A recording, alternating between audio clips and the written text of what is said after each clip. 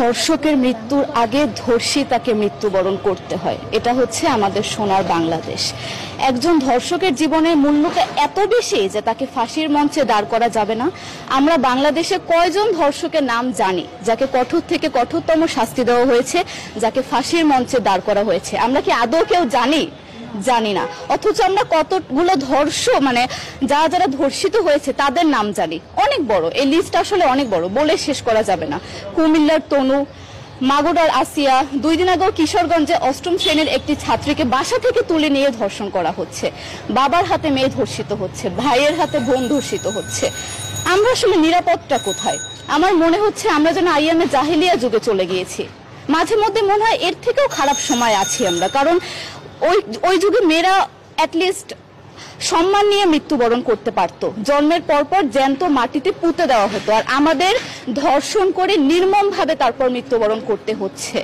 যদি সরকার আমাদের ওই নিরাপত্তা নাই দিতে পারে, তাহলে সরকারের কাছে আমাদের অনুরোধ, আমাদের জ্যান্ত মাটিতে পুঁতে দেখ। আমরা বেঁচে থাকতে চাই না, আমরা সম্মান নিয়ে মৃত্যুবরণ করতে চাই।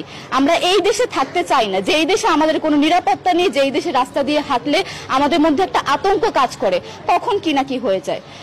আইন উপদেষ্টা বললেন যে ধর্ষকের নাকি ফাঁসি দেওয়া সম্ভব হবে না, তাহলে নাকি নিরীহ মানুষকেও মাঝে মধ্যে ফাঁসির ব্যবস্থা করা, মিথ্যা মামলায় ফাঁসি দিয়ে ফাঁসির ব্যবস্থা করা হতে পারে।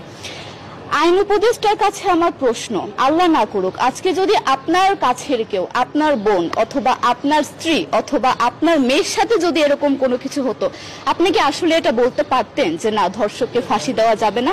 কোনোদিনও পারতেন না। আপনি সবার আগে তার ফাঁসির ব্যবস্থা করতেন, সম্ভব হলে নিজের হাতে মেরে ফেলতেন। তাহলে আমাদের বেলায় কেন এত বৈষম্য? আমরা কি দোষ করেছি? আমরা কি নারী না?